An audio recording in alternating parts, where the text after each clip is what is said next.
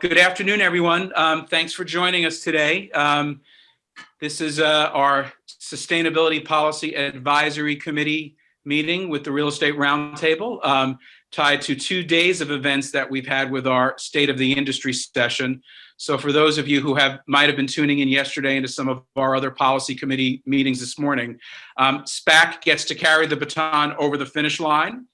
This is the 7th session that we've had over several days. We are, of course, joined by our chairman of SPAC, Tony Malkin, our vice chairman, Dan Egan, and also today by the Roundtable's president and CEO, Jeff DeBoer. And Jeff, I understand you'd like to just say a few opening remarks before we dive into our session today. Yeah, thank you. I guess I really want to thank, Dwayne, you, Tony, and Dan in particular, but for your leadership on this, but everybody on the committee. I mean, these committees, our policy committees, are absolutely top shelf. They are the backbone of the organization. We appreciate very much what all the committees do, and in particular this is going to be a very, very active year, in climate, in energy, in those related issues, and we're relying on you to a great extent. So thank you very much for your time. I don't get to come to the committees because they're usually concurrent, and I'm running around between others. And so I'm really looking forward to hearing this discussion. If you didn't participate yesterday in our full meeting, we're going to be sending out the videos from most of the sessions tomorrow. And I urge you to watch them. They're really interesting. Deb Cafaro gives a tremendous interview of former Commerce Secretary Penny Pritzker last night about leadership and global trends and so forth. And it really is interesting to see. And Penny has some very thoughtful comments there. And then we had a couple of senators, Senator Joe Manchin, who's in the news. And by the way, Manchin says some things that are he's the incoming chairman of the Senate Energy and Natural Resources Committee. And he says some very interesting things about his philosophy on the Energy Committee. So, take a look at that. We had Ron Wyden from the Senate Finance Committee. He's going to chair that. And we had another video with Senator Sherrod Brown, the incoming chairman of the Senate Banking, Housing, and Urban Affairs Committee. Also very interesting. So all this is just to say, if you didn't participate yesterday, you missed it. It was a great meeting, but the good news is you can watch the video and catch up. And again, just thank you all and for your work, and for our guests who are speaking today. Thank you very much for joining. We're pretty serious about what we do, but we also want to have fun and do it in a way that is welcoming and inviting to everybody to participate. We want to be a positive voice in all of our issues, and certainly in this issue area, broad issue area, we want to be that. So if Dwayne yells at you or Tony or somebody, you call me, okay, please. But thank you all, and thanks for the opportunity, Dwayne and Tony. Great, thank you, Jeff. And just one quick housekeeping item before we turn it over to Tony and Dan. I think they want to say something quick. For the committee members who are out there tuning in, if you have questions that you would like to ask our panelists throughout the session, please type them into the chat box. So it's going to be my responsibility, because we have a large turnout today, to manage and curate the questions as best I can. Rest assured, though, that if we're not getting to a question, we'll do our very best to follow up afterward and make sure that we get some answers from our guest panelists. So get ready with your questions to type in the chat. Let me then just now quickly hand it off to Tony if he'd want to say something, and then to Dan, and then we will dive in with our content today. Right.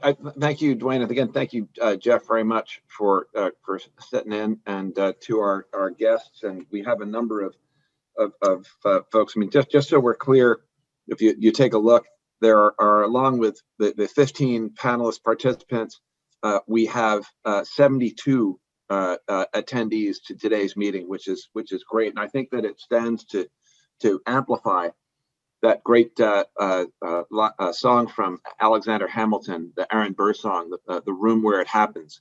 This is the room where it happens. And actually, I understand that Dan is going to sing that entire song for us at the end of today. So stay on for the whole thing. No, joking aside, this is the room where it happens. We've accomplished a lot, and we are on the cusp of a very interesting time in that we have a better opportunity now to work through legislation, not just through agencies and departments. And we've got some terrific foundation work upon which to build, not just going back to the Obama administration, but also through the Trump administration, where Jeff and Dwayne, we courageously went to both EPA administrators, once, as people know, to defend and protect Energy Star, and then additionally to find out what we can do with regard to buildings, how we can participate, how we can contribute. And we begin a process with so much that occurs on the state and local level to look to the federal government candidly for more standards, voluntary or otherwise, but even if just voluntary, which we can use to get our local lawmakers to adopt, so that we can try to make it easier to conform across the multi-state platforms that so many of our members have. So with that said, I would just like to comment that Senator Manchin's comment was, he did, Jessica, use the thought innovate. He did say that, that's true. On the other hand, what he also said is that energy efficiency is the low-hanging fruit. That's an actual quote from his interview with Jeff.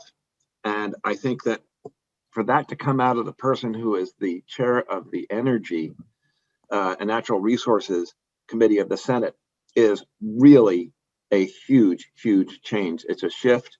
And just so we're clear on the legislative opportunities, I will be on tomorrow morning with Senator Shaheen on a call with her. Senator Portman has announced that he will not run for re-election. He's got 2 more years. Senator Manchin specifically referenced the Portman-Shaheen, now it would be Shaheen-Portman legislation that we've tried to get through in the Senate. So perfect time, and it's the right place to be. Great. Thank you, Tony.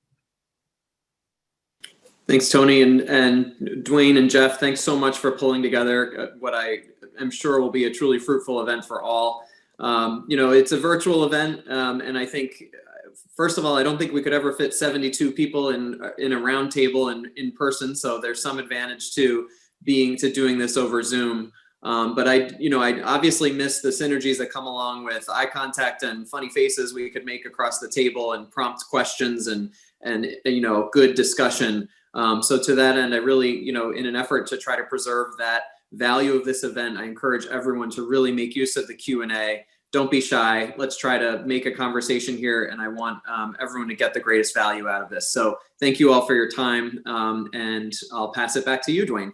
Thank you, Dan. Well, with that, let's kick it off. So Michelle, Liz, if you wouldn't mind opening up our first presentation.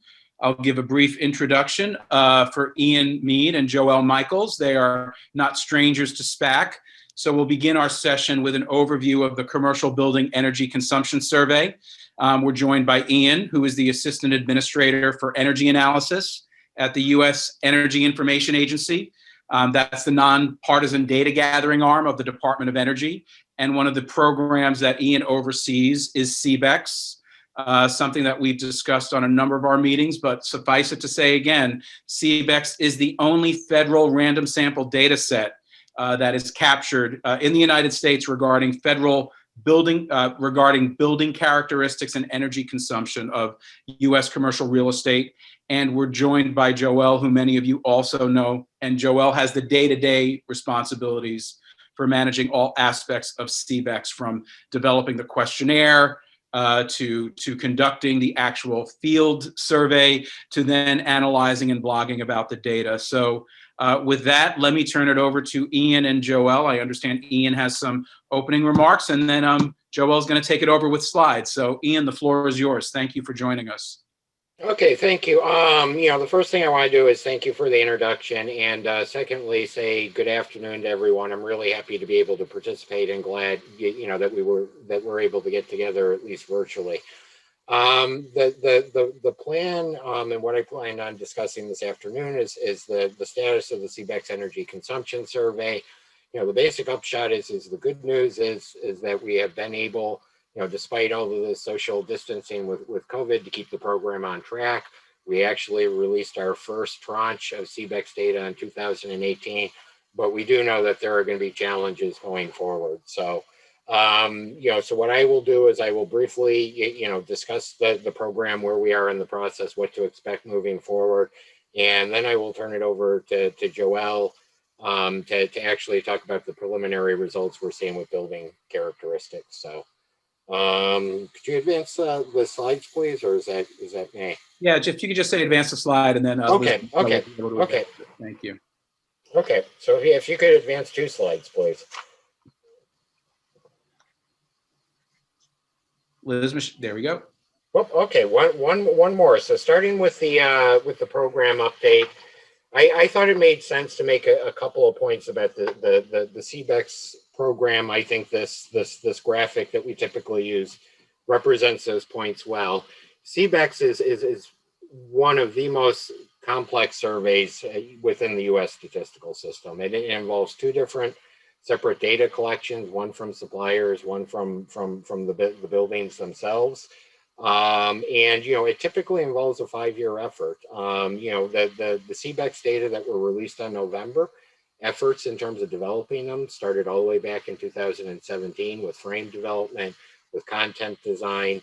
We collected the supplier data last year, and we finished collecting up the end use modeling data just recently. This complexity is necessary given the role of CBEX in the system. It serves as the comprehensive benchmark for nationally representative statistics, and that time period is typically needed to provide all the rich detail that's collected as well. A second point that I will make is that given the supply cycle, we were lucky enough to be able to keep the program on track. And we released statistics in November. But we do realize, and boy, if our current situation doesn't highlight this, the need to try to accelerate the production of those statistics. So, as we start the next CBEX cycle, rather than just looking at content review, working with our users, trying to determine what's in the contract of the survey, we're actually developing a pretty rich research agenda to ultimately be able to provide more timely statistics moving forward. So, next slide. So, in terms of, yep, I'm sorry, could you go, yep, okay. So, as I said, the preliminary building characteristics were released. The link is provided on the slide. And in terms of timing, more detailed building characteristic and micro data files will be coming this spring and summer.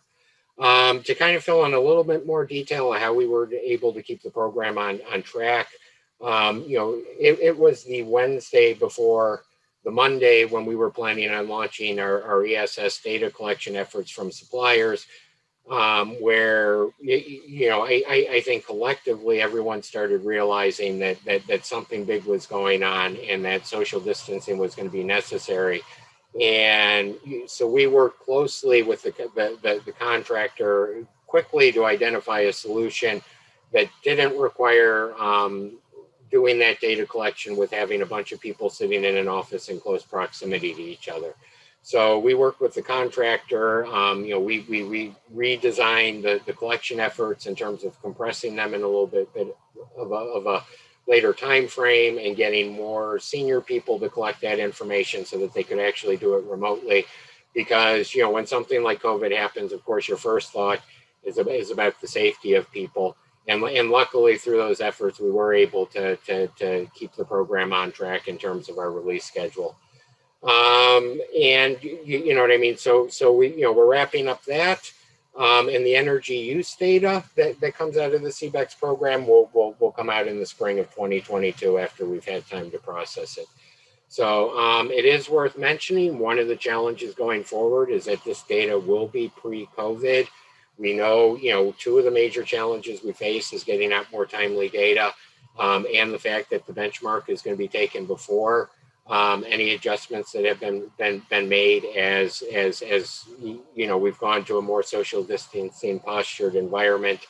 I think that is going to be a challenge for the whole statistical system moving forward. And even though we're trying to accelerate the data, I certainly feel it is incumbent on us to work with other agencies to understand that limitation and to possibly help identify other data sources that may be used to make some adjustments going forward. Ultimately it's other people's work that they're responsible for, but we do feel our role, managing the CBEC survey is to provide help and advice in terms of identifying some of the limitations in some of the areas where people might look for other data, and do the analysis to make adjustments necessary moving forward. So next slide, please. So just a brief wrap up, the character, as we go forward, we talked about the release schedule for the current schedule. We will be releasing the building characteristics. The microdata files will be coming out after that. You know what I mean? And we will begin focusing on our outreach efforts this spring to start already thinking about the content for the next CBECs moving forward. So, so with that being said, next slide, please. I will turn it over to Joelle, who will highlight some of the findings that we're already seeing with the building characteristic data. Thank you. Joelle, are you with us? Yep, I am. Can you hear me? Yeah, we can hear you great. Okay, Thank you. great. Okay, go ahead. Next slide, please. Okay, so I am just going to highlight a few findings from the 2018 survey. These can all be found on our on the website that we showed you on the last screen a few slides back, but I'm just going to go through a couple of them. So the trend that we had seen with the 2012 results a few years ago has continued. That being that we estimate that the total number of buildings increased 6% from 2012 to 2018, while the total floor space increased 11%, meaning the buildings are continuing to get larger. From the very first CBECs that we conducted in 1979 to the 2018 CBECs, the number of buildings has increased 55%, and the amount of commercial floor space has increased 90% since we first started doing the CBECs. So we've come a long way since the first days of the CBECs. All right, go ahead, next slide, please.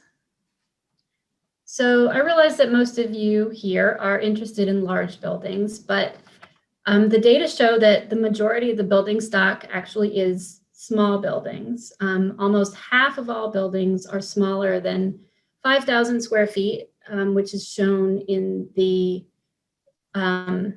blue, shown in the blue bars. The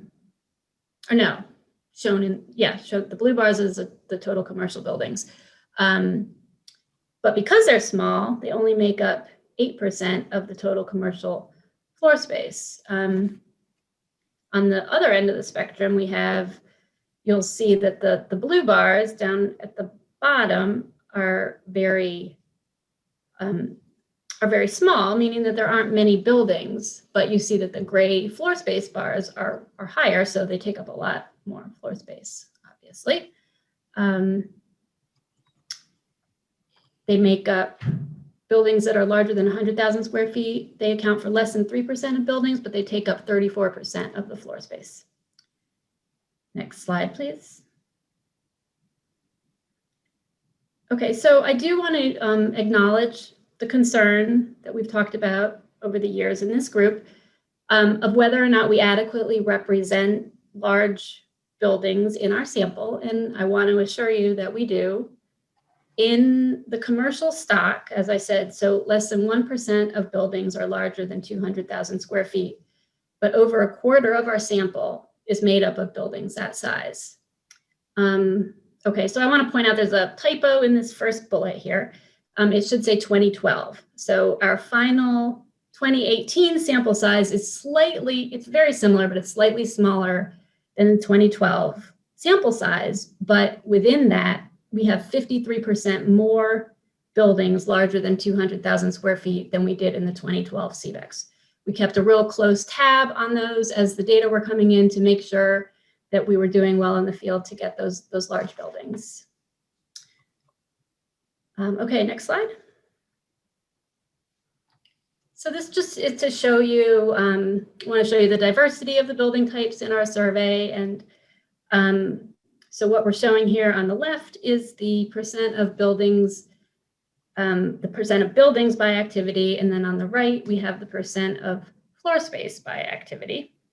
You see that warehouse and storage, office, and service buildings together account for almost half of all the commercial buildings and 42% of the total commercial floor space. They are by far the most common building types. Okay, next slide. Again, still talking about building activities. On this slide, we are showing the change in the building stock by the building activity. If the dark circle is on the right, that means there was an increase in the number of buildings. The percentage increases in the number of the largest percentage increases in number of buildings were for service buildings, which include a really wide variety of building types. Public assembly, which can be anything from an arena to like a social gathering place. Lodging buildings and warehouses, which is no surprise given all the packages we've been ordering lately. And then the largest percent decreases in the number of buildings were for vacant, so there's fewer vacant buildings, and food service buildings. And I assume mercantile, Joelle, would stand for retail? Yes, that's retail. That one wasn't a statistically significant increase, but it did show an increase. I mean, you mean a significant statistically decrease. Drop. I'm sorry, decrease. Yeah, sorry. Right, but it showed a decrease, but not statistically significant. Which is what we're expecting to see. We were expecting to see the retail go down and the warehouses go up, and we're seeing it for sure. So, okay, yeah, next slide. So this finding here follows with the trend of the average building stock getting larger, that newer buildings tend to be larger. Buildings that were constructed since 2000 averaged 19,000 square feet, which is 2,600 square feet smaller or larger than the national average. The buildings that were constructed before 1960 are smaller, and they're more than 5,000 square feet smaller on average than the average commercial building. Okay, next slide. On that last point, Joelle, if I could also make a point for the larger crowd. I don't necessarily think we all have uniform perspectives. There's no uniform definition of what's a small building or what's a large building. I know, of course, many members of the roundtable own very, very large buildings, massive buildings, 750,000 square feet and even greater than that, of course. Mm-hmm. But in terms of what EIA is considering a large building in air quotes, do you have some general sense or rule of thumb of what is a large building? Is it like 200,000 square feet, 250,000 square feet? Yeah, I think we generally use 200 or larger. When we're talking about large buildings, it's usually 200,000 square feet or larger. And I know even those are small sometimes compared to a lot of the buildings that you own.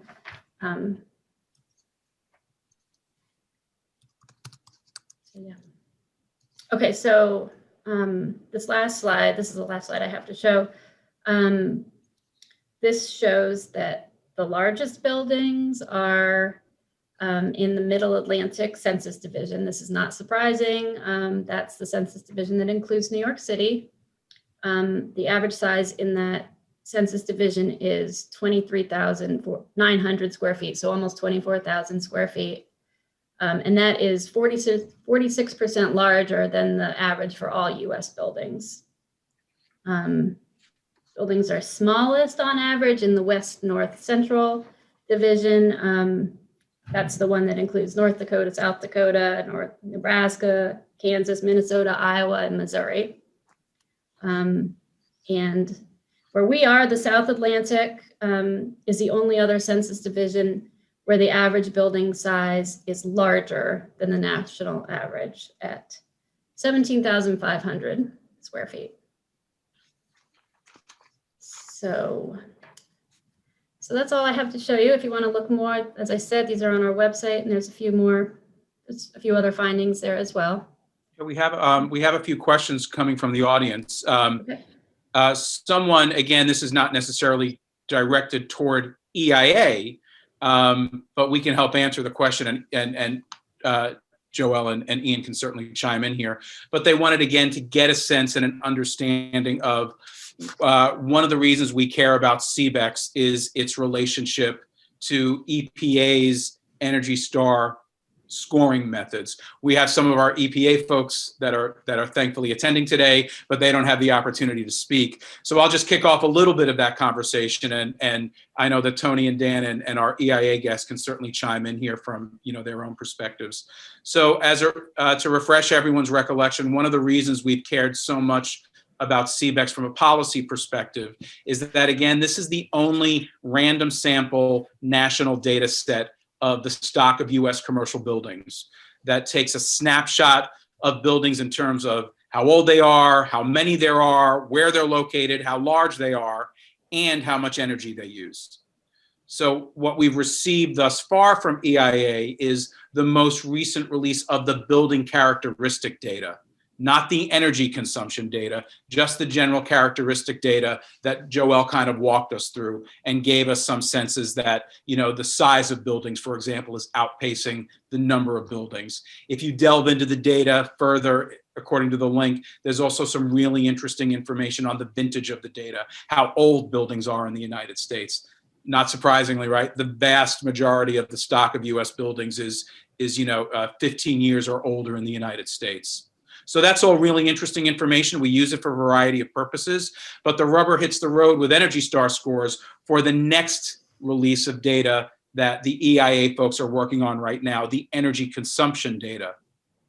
And it's that energy consumption data nationwide that provides the data baseline for EPA to reconsider and revise its scoring models. We're thinking 2 to 3 years hence, or somewhere around that time frame. You'll recall that we went through this in 2018 with the prior release of CBEX data, where we worked then very closely with EPA to get a better understanding of what were the methods, what were the models, what were the algorithms based on the CBEX data for Energy Star scores back in 2018 when those changed. So we're laying the foundation now of just getting the basic data, and when the energy data is released by EIA, I understand based on your presentation, Joel, that we'll see the energy consumption survey information released sometime in 2022? Right. Right. Starting in about a year. In about a year. So when that data is released on how much energy buildings are using, it will then at least start the process of how that data might impact the next round of Energy Star scores. Yes. Yep. So if I could add, so there's some trends that are revealing themselves through this presentation about commercial buildings becoming larger. I did see something, a couple of comments or questions in the chat about smaller buildings. What's interesting is to the extent that CBEX data feeds the basis for Energy Star scores in Portfolio Manager.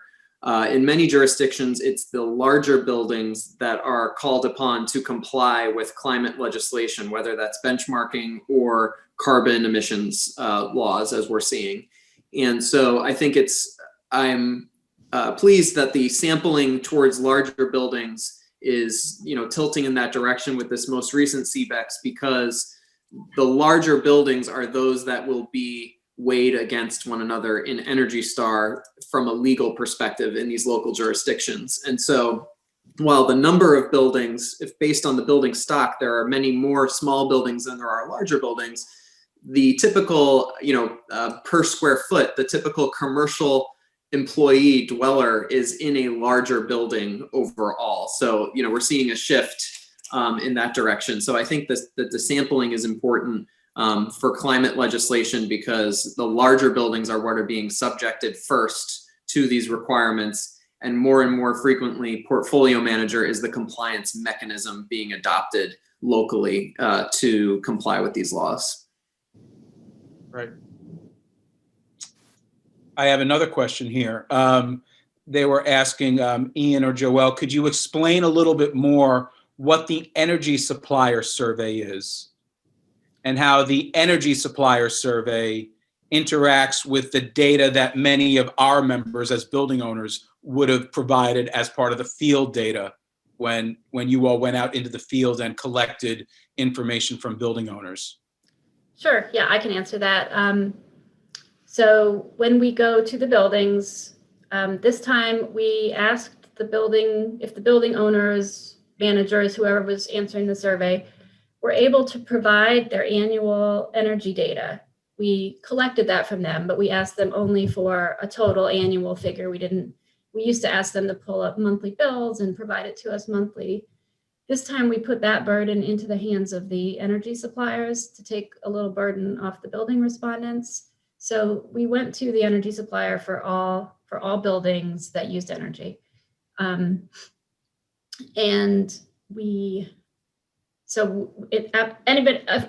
building that responded to the CBEX we went to, we asked them who their energy supplier was and if we were able, and for their account number if they had it. And then we go to those energy suppliers and they complete a web instrument they're able to provide by spreadsheet or however it's easiest for them. And in that case, we get monthly data from the energy suppliers. So for the cases where we have both from the building respondent and from the energy supplier, we do some reconciliation. In some cases, one tends to be better than the other, especially if you have a situation with a multi-building campus. Sometimes the supplier is reporting for the whole campus, whereas the building owner knows better, which building we're talking about. So there's a lot of back-end work that goes on in there. So I don't know, did that answer? Yeah. So I think also it's important to drive home the point, right? I think I'm characterizing this correctly. When our members might have received the CBEX questionnaire and filled out the long survey, one of the questions that's asked at the end is, give us your 12 months of energy data, right? Mm-hmm. And generally, I think a lot of our members will pull that information from portfolio manager.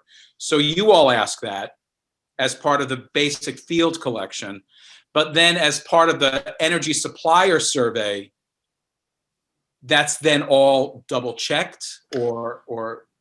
Yeah, it's double checked and we get the detail of the monthly data. So it's both. And I mean, this time around, we didn't get as much from the buildings themselves. We were more relying on the energy suppliers. Like I said, we took a little emphasis off getting it from the buildings because we wanted to just to take some burden off of those respondents. But so it's a double checking, and it is just making sure we get it directly from them. Well, I think we're doing great on time. I think we have time for another question. Question here is, in the 2018 CBEX cycle, how many buildings again were in the survey? And from that sample, how do you then estimate there are 6 million buildings in the United States? So our final responding sample size was 6,436 this time. And each of those buildings, because we do the sampling in a statistical manner, starting in different geographical segments, each building ultimately receives a weight, which represents how many buildings that building represents. And there's some there's some information on our website if you want more about that. There's an article called "How Are Buildings Selected for the CBECs?"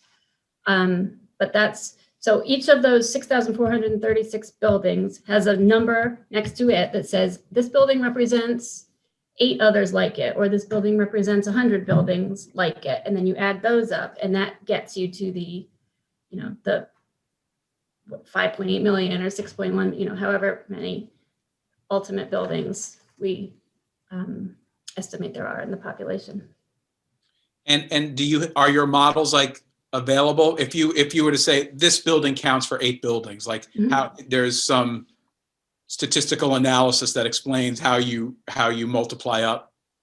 Well, that number is available. The weight is on our public use file, and it's the information about how we get to that is available as well. It's not really a model. It's more of it's statistical sampling and different probabilities of selection that get multiplied by each other, and then also adjusting for non-response for other buildings like it that didn't respond. So there's a couple different levels of weighting that go into it. Okay. Another question, and then I think we have one more, and we can then move along.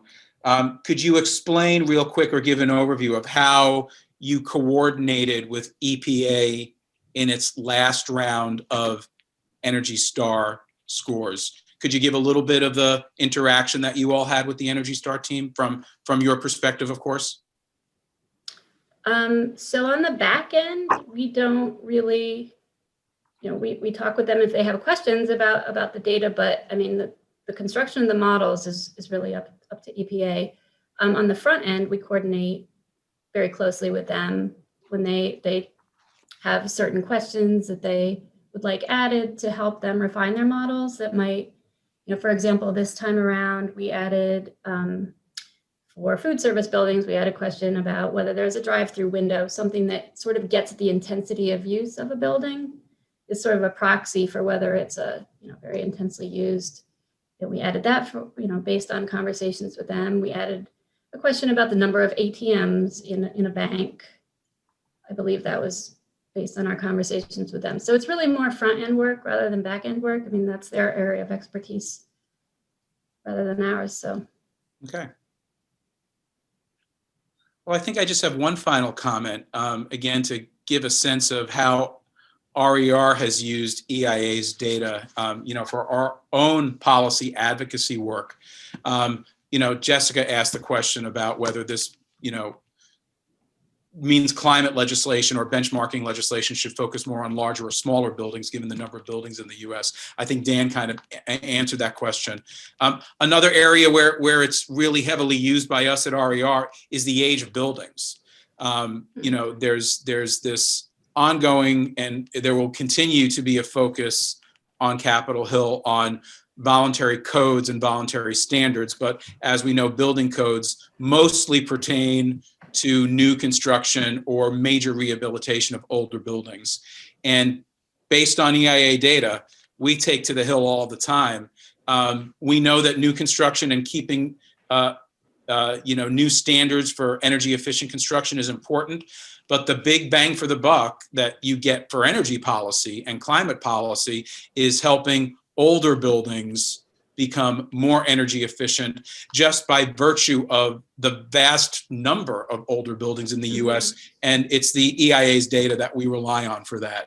So that, for example, has been one of the selling points that we've been able to at least make the pitch for our EQIP accelerated depreciation legislation, which we're not focusing on today and we can get into offline, but that is, it's the EIA's data on the vast number of aging buildings feeds strongly into our data-driven message to the Hill to say, we want to help you guys on climate. We want to help, the members deal with sound efficiency legislation. We think we can get there by, targeted incentives to make existing buildings more energy efficient. So I wanted to give folks a sense of that as well. With that, Tony and Dan, I don't know if you had any additional questions or comments for Ian or Joelle. If not, we can move into our next session on our agenda. I'd just like to thank Joelle and Ian. I remember, Dwayne, you're in my first meeting in DOE with Ian and I guess the agency the director, I don't recall. Administrator, yeah. The administrator, sorry, let me get my titles correct. And candidly, I think that they were a little surprised to see us, and we were. I'm always reminded how energy inefficient the Department of Energy building is. A large expanse of single pane glass and big over air conditioned space. That said, we really enjoy and appreciate this dialogue, and we absolutely intend, as you may have heard in our comments amongst the panelists before, to continue to pursue our legislative agenda as well as our work with agencies and departments in the government. And we look forward to a continued healthy and vigorous dialogue with you folks, and very much appreciate your taking the time to be with us today. Great. Thank you for inviting us. Thank you. Thank you. All right. Just one point of order, folks, if you could, there is a Q&A section that you can click on at the bottom of the Zoom. So if you do have a question, best to put it in the Q&A slot, because I noticed some people are doing messages to all on chat. And so if you can keep on that Q&A, that's where we're focused for Dwayne's trying to pilot everybody. Okay, sorry, Dwayne, go ahead. Thank you, Tony. Well, why don't we call up Eric and Brian and Will, if you could make yourself seen and heard right now. We'd appreciate that. We're moving on to the next session in our agenda, where we're going to have a discussion of ESG, environmental, social, and governance reporting trends.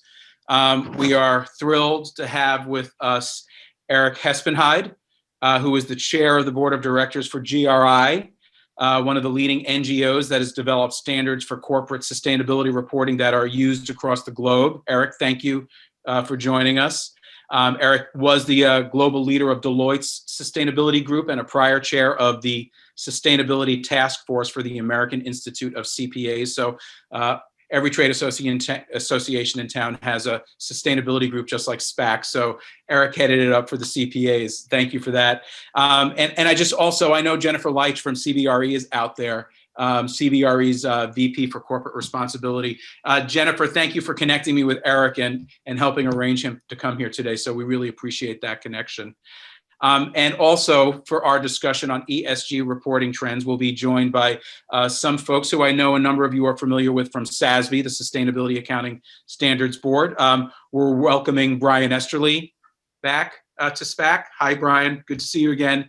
Brian is the Director of Research at SASB, so his responsibility is to oversee the research for all of the SASB reporting standards. And Brian, you can nod here. I think at this point you have 77 industry reporting standards. Real estate comprises one or two of them, but you're responsible for overseeing them all. So thank you for that effort. And then Will Meister is the sector analyst that focuses on the infrastructure portfolio within those 77 standards.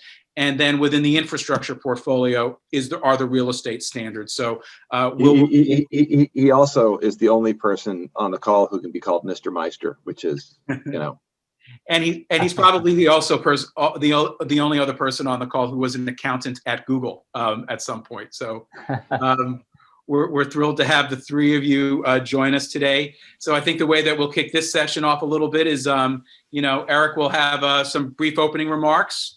And then Brian will have some brief opening remarks, and Will talk a little bit about SASB-specific developments related to real estate standards.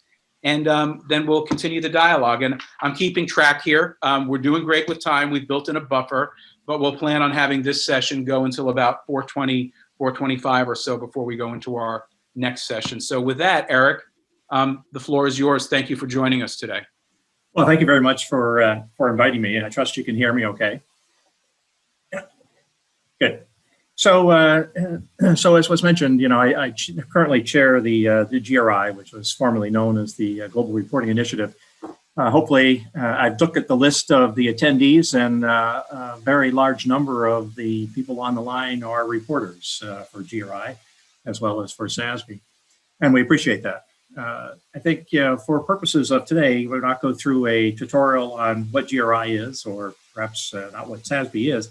More importantly, focused on where we're going in the future. I think the conversation you just had with the earlier panel and the opening remarks concerning what's happening in the United States under the Biden administration, I think is quite an exciting time, and excitement can go both directions in a positive way or negative way, depending on your perspective. But it will be an exciting time here in the U.S. around legislation. At the same token, there's also an exciting time from a sustainability reporting perspective or ESG reporting perspective globally, as well as what might transpire here in the U.S. There are a number of initiatives, that I'll talk briefly on. One is the IFRS trustees and the IFRS Foundation. That underneath that sits the Accounting Standards Board, International Accounting Standards Board, which basically comes up with the IFRS accounting standards, reporting standards on the financial side. They have a consultation out to try to look at setting up a sustainability standards board to look at how to create standards specifically focused on the financial materiality aspects of ESG. And so ourselves, SASB and others have all commented on that. And in fact, SASB, GRI, and 3 others collaborated on some work that we could talk about or make reference to as necessary, particularly as it relates to climate standards.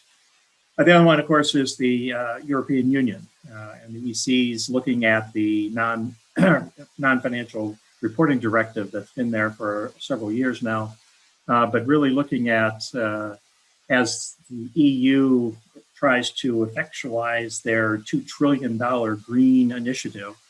They're looking for how they're going to measure progress, and so we'll get into the details, both in terms of how to measure it from a company perspective. What kinds of standards and reporting metrics should be used so they can track how companies are being impacted by these investments, but also the double materiality question of how does what are the impact of those companies on society and the environment generally. So these are also exciting developments, in our field, the reporting piece. Keeping in mind that reporting isn't the objective. The objective is to drive change. And I think a lot of what you talk about in terms of your policy group that this represents is around that. Is how do we effectuate change in a positive way so that we can have a sustainable planet and world. Just one small commercial for GRI, we're the largest or the most widely used reporting framework with roughly 75% of the largest companies in the world, 250 largest companies in the world use GRI. And at a country level, KPMG has done a recent survey that would say at 54 countries around the world, the largest 100 companies in each of those 54 countries, roughly 2/3 of them use GRI. So we're here. We have a industry-focused program that is kicking off. I'm sorry to say that real estate is not in the priority 1 group, although there's some implications to real estate as we look at some of the changes to our climate-related and energy-related topics in the sectors that we are looking at. So I'll stop there and we look forward to your questions. Great, thank you, Eric. Let's hand the baton over to our colleagues at SASB, and Liz and or Michelle, if you're listening, we can bring up the second slide presentation. There we go. Thank you, Liz. And Brian. Perfect. Thank you, Dwayne. Just want to start out by saying I'm thrilled to be here right now and to be speaking with this group. I've had the pleasure of joining this group a couple times in the past, but it's been a couple years. So I miss you all, and I can't wait until we can get back in person together again. And just want to be really clear in extending a thank you to Dwayne, to Dan, to Tony, and extending the invitation to Will and myself here. I'm also really happy that Eric is on the line, and appreciated Eric's comments on some of these kind of key changes and global themes taking place around the world right now. Eric, also just so you know, feel free to jump in at any point here, especially on this slide, because we are going to take another minute or two and talk a little bit more explicitly on the group of 5 statement, which Eric referenced in his comments. So again, thank you for the invitation. Looking forward to chatting, and hope there's a lot more offline as well. We're going to start out by talking a little bit on the more directly on the group of 5 statement. We'll turn to a few developments related to SASB overall, but then I want to make sure we at least have a couple minutes for Will to share with this group a few things on our agenda, kind of on the radar related to the real estate industry and specifically the SASB real estate industry standard. Starting off with the group of 5 statement, as Eric referenced in his comments a few minutes ago, a number of us in the sustainability reporting space, whether standard setters or frameworks, have worked together to produce this shared vision for comprehensive corporate reporting. Really our view on what the future state of corporate reporting can, and in our view, what we think it should look like. Maybe just taking a quick moment on why did we do this in the first place? Well, first and foremost, we did this to hopefully be helpful to all of you in your for your organizations, for your companies, for your reporting, your investor and stakeholder communication strategies.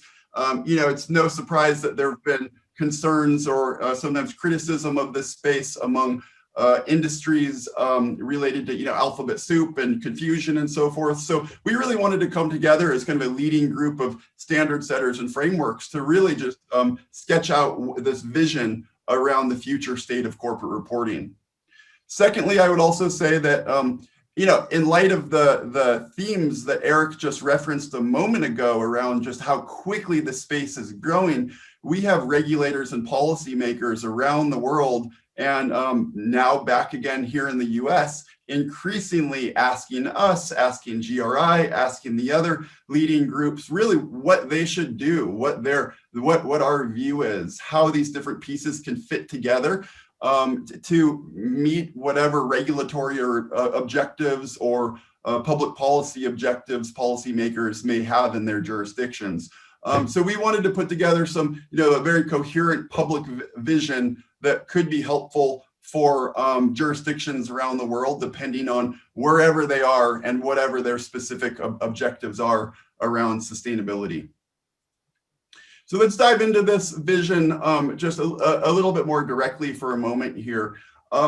What you see within the graphic on the left side is this visual kind of shaded red. It looks a little bit like a house. The left-hand portion of that, where you see the IASB and the FASB logos, are of course the standard setters for financial accounting standards that feed into financial statements. And those financial statements are of course designed explicitly for investors to help with capital markets efficiency and all the rest.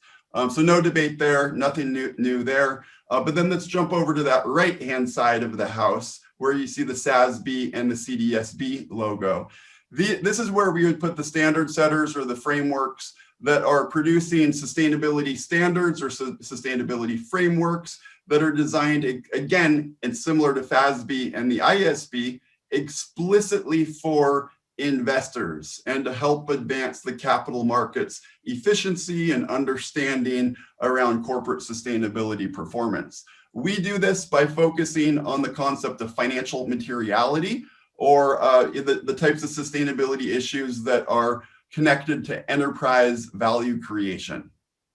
So very importantly, now moving to the right side of the graphic where you see the GRI logo, is that this is sustainability reporting that is designed or based on impact in a broader sense, corporate impact on the economy, on people, on the environment, and is designed for a diverse set of stakeholders. So that certainly includes investors, especially, for example, when investors can have impact associated objectives and so forth, but it's designed for a broader and more diverse set of stakeholders. So I don't want to put words in Eric's mouth here. No, if I could, I'll if I could just, I appreciate that. And I knew you were doing these slides, so that's why I didn't put slides together. But thank you for including this one. Yeah, it's not just designed for other stakeholders, as you've said, in terms of the audience for it. It's really to identify the systemic risks that society is facing. I think, there's any number of examples, including climate change, if you go back far enough, that represent systemic risks, to society and the environment that were not financially material to any individual entity at a point in time. And so that's the importance of that filtering mechanism that's highlighted in the center of the screen is an important concept, because it is taking a broad view of what is impacting society and the environment. And then there will be, and this is idea of this dynamic materiality or nestled materiality, if you read our papers, so that those things may distill down, if not addressed or remediated by society or by policies, may ultimately become financially material or risks to value creation, as was mentioned. Absolutely. Thank you, Eric. And I think part of the point here is that each of these three different groups or buckets that we've talked about here that you see on this visual are absolutely crucial to put together kind of the cohesive corporate reporting approach that we think is needed, not just by the capital markets, but in many senses, much more importantly and broadly, the kind of society collectively and across multiple stakeholders. So crucial roles that these different organizations have to play, and I think that I'm hopeful that some of this work we've done in articulating this vision will shed some more light on how just complementary these organizations can be in their work together. And maybe with that said, I'll segue to a couple of SASB specific updates. Some of you may seen that SASB and the IIRC entered into a merger agreement, which we expect to finalize later this year. So this is part of our objective on, one, how can we keep rationalizing this space, making it more coherent and clear for the users, including all of you that are looking to have clear and effective reporting for your stakeholders. At times that might be bringing organizations together through consolidation, especially when there's the very kind of shared focus or objective. In the case of SASB and the IIRC, more explicitly designed or geared towards the investor stakeholder and capital markets specifically. So that's one update. The second update, Eric already referenced just a moment ago. This IFRS Foundation Consultation on Sustainability Reporting. I mean, it's one of the biggest developments in our views in the accounting field for decades. I mean, maybe even since the ISB was established. It's really attracted a huge amount of attention and interest, and it just further fueling the growth that the field had already been seeing. The IFRS received something like over 500 comment letters. Happy to chat with folks offline or at another point, as I'm sure Eric is, and I think he already mentioned, around our views and what our response was to the IFRS Foundation. Really exciting. I think there's a lot of opportunity there. I think there's some concerns and some risks there as well. So we're just really encouraging that the IFRS Foundation continue to kind of consult and engage key stakeholders and be thoughtful in developing their approach going forward, but it certainly holds a lot of promise for continuing to advance and help the space mature. Maybe jumping to the next slide here, and I think we literally only have this slide and one more after it. Just a couple quick comments on SASB's overall momentum in the market. We released the first kind of official set of SASB standards back in late 2018. We've seen a lot of uptick and a big uptick in growth and use of the standards since then. I would take a second and acknowledge the real estate industry specifically. Several of you, even on the line here today, had already started using the standards when they were in their provisional form before they had been codified by our independent standards board that ultimately kind of oversees and governs the standards. So just big shout out and big kudos to the industry, the real estate industry overall, and many of you on the line here today.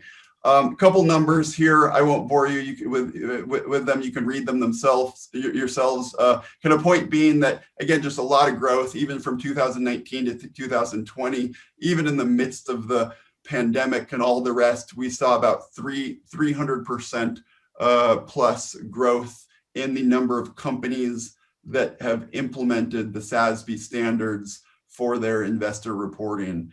We're expecting that to continue going forward, and have a lot of signs to that help indicate that. So really exciting stuff. And again, just want to a couple of real estate numbers specific there. Just want to again acknowledge the real estate industry. And before I turn it over to Will, I'll just say another word or two on that, which is just how much SASB relies on effective and constructive market engagement to conduct our core work around standard setting. It's absolutely crucial. We can't do this work and wouldn't want to do this work in a vacuum without strong relationships with companies, with industry groups like Real Estate Roundtable, with investors, of course, and going back years ago now, have just really, SASB has very much appreciated the constructive interactions and all the input that many of you here today, the Real Estate Roundtable, NAREIT, and others have played a pivotal role in terms of working with SASB, engaging with SASB, and helping, which ultimately has helped inform and shape the standards themselves. I think that where we landed with the real estate standard in 2018 was in a really good position. I think there are opportunities for us to keep thinking about certain issues and certain improvements. But point being, I think it's attributed to all of you that I think that standard got to a pretty good place, and that in thinking about how to keep improving it from here, we hope to really pick up on some of those conversations and keep constructively working with you. So again, just an acknowledgement and a shout out to both the Real Estate Roundtable and to all of you on the line today. With that said, why don't I turn it over to you, Will, who can share a few of these things that are on our agenda and what we're thinking about in terms of how to keep improving that specific standard. And let's, if we can, try to get Will done yours in a quick time, so we've got questions a lot and we want to get to them. And I know that I've got, and probably Dan has some comments, so we want to be sure just to fit this in our time schedule. Sure. Happy to do that. So thanks, Brian. If we could advance to the next slide, please. So just speaking specifically of real estate, just want to turn here to a brief overview of the SASB real estate standard and a few of those select areas of interest that we're thinking about prioritizing potentially here in our standard setting agenda for the infrastructure sector as we go forward. So first, I'd just like to highlight the disclosure topics that are currently covered in the SASB real estate standard, which you'll see here are energy management, water management, management of tenant sustainability impacts, and climate change adaptation. And then second, I'd like to highlight too that there are currently no formal real estate projects at SASB at the moment, but we likely expect some projects, as Brian was mentioning, to be proposed in the future as we really seek to understand from the market, from you all here at the Real Estate Roundtable, which issues should be considered and prioritized for possible future standard setting. Which is why, we greatly appreciate any feedback, thoughts, or considerations that you all might have on not only these areas of interest, but just broadly on the SASB real estate standard as a whole. And so the first area that I'd really like to highlight of interest is human capital. And that's really part of a broader effort by SASB to assess the scope and prevalence of various human capital management themes across SASB sectors and within the 77 industries to really develop a solid evidence-based view on this cross-cutting theme. And so SASB is actually currently requesting feedback on evidence related to these various industry agnostic human capital management themes that are outlined in our preliminary human capital framework document, and are asking respondents here to participate in some stakeholder specific surveys that help us really understand how these themes are manifesting at the industry level. And so the information that we're gathering here in this consultation will really help us inform our future standard setting activities in human capital as we really try to understand these industry specific impacts of these themes, which you can see here relate to workplace culture, workforce investment, worker well-being, the alternative workforce, and labor conditions in the supply chain. And so the second area that I'd like to briefly highlight here are topics within the design and maintenance of buildings for the health and well-being of occupants. And here really thinking about our understanding of this area, may be evolving beyond its current representation in the real estate standard, especially in light of the ongoing pandemic. And finally, the third area that I like to highlight are topics within the physical impacts of climate change on the industry. And again, further here, seeking to understand how our current representation of this issue in the SASB real estate standard may be enhanced through new developments in climate science and risk modeling. So with that, I'd just like to conclude our update here and really can't, thank you enough for the opportunity to be part of this and look forward to future communications. Will, your presence is welcome as a source of concision, and that's a plus. I want to thank Eric for joining us, and Brian as well. And just a few framing comments before we get to it, or a slew of questions. Number one, it's very interesting to me. One of our major tenants, over 500,000 square feet, a big name, one of the top tech tenants. Companies in the world, and as they look at their corporate report cards, you're right that real estate does not fit firmly in a lot of the first initiatives, first waves. I think a lot of the reporting is focused right now on the fruit that's on the ground, let alone the low-hanging fruit. But as you move up the tree, and companies look to fit out their report cards, clearly there is a move towards ways that they can get points on the board through the vendors that they use, and vendors are already in there. They don't think about real estate yet as a vendor. However, real estate is going to be on the scorecard. It's not on the scorecard for most major companies right now as tenants, not as owners of buildings, but as tenants. Number one. Number two, I think it's also really important on the room where it happened on SASB. You have to recognize Joe Allen, who's received so much international interest for indoor environmental quality in his work. Over half a decade ago, he was reporting to the SPAC at Real Estate Roundtable. SASB was in very early as well. And as this work progresses, it's great for us to be able to have an opportunity to learn, and also for us to be able to give feedback. And I do believe that it's very meaningful when we hear about the look towards Europe, because the fact of the matter is, I think we should expect in our industry, along with industry in the United States in general, there'll be a lot more Europification. So the extent to which we all look towards Europe, I know our company does, for where the puck is going in the United States, it's very helpful. So anything you want, Dan? Otherwise, I think, Dwayne, just start fielding the questions, if you will. Sure. Dan, did you want to say anything? No, I'll wait till the end. These are a great presentation, and I know we have a lot of good questions that we want to get answered. So please, Dwayne. All right, let's dive in. So I guess this would be open for the three gentlemen. So I think that the message that you would be trying to make the lives and livelihoods of the reporters on this call easier with an integrated reporting framework. What does that mean, really? What does that look like? How will it make someone's lives? How will it make a SPAC person's lives easier to deal with, this cut across somewhat of the patchwork of different various reporting standards? Do you think? Well, I'll start. I can start out by saying I thought that Brian, you would have mentioned the collaboration that GRI and SASB is underway right now. We're expecting a release within the weeks. It was supposed to be the end of June, or end of January.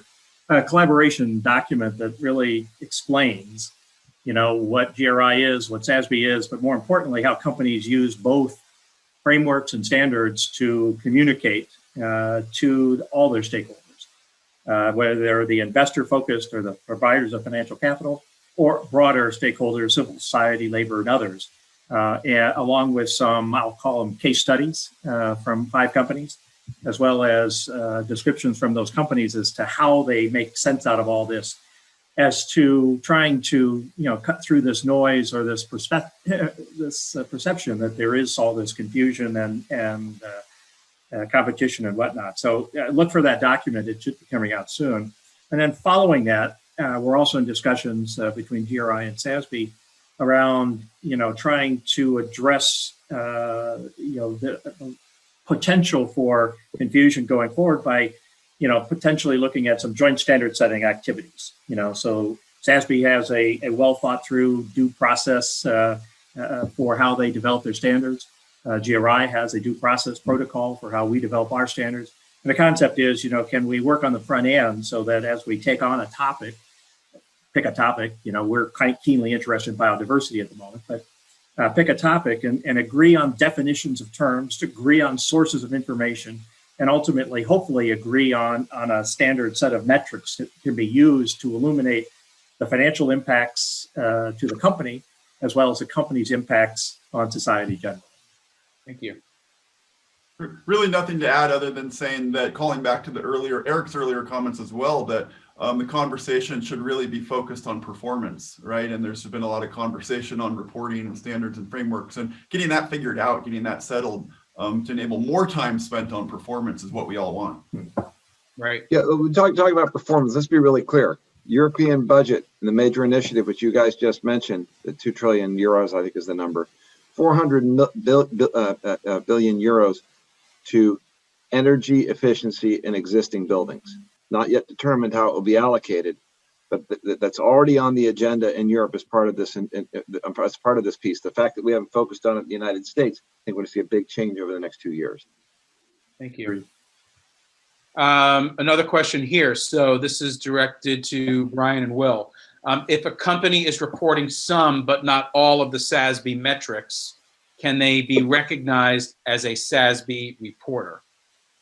The short answer is yes. The better answer is I would point you to what we refer to as our application guidance. That's how we define the use of the standards, or really conformance with the standards. So in other words, a company can omit a metric and then disclose that they're omitting it and provide some short rationale as to why it's being omitted. Refer to a document called the SASB Standards Application Guidance for more details on that. Great.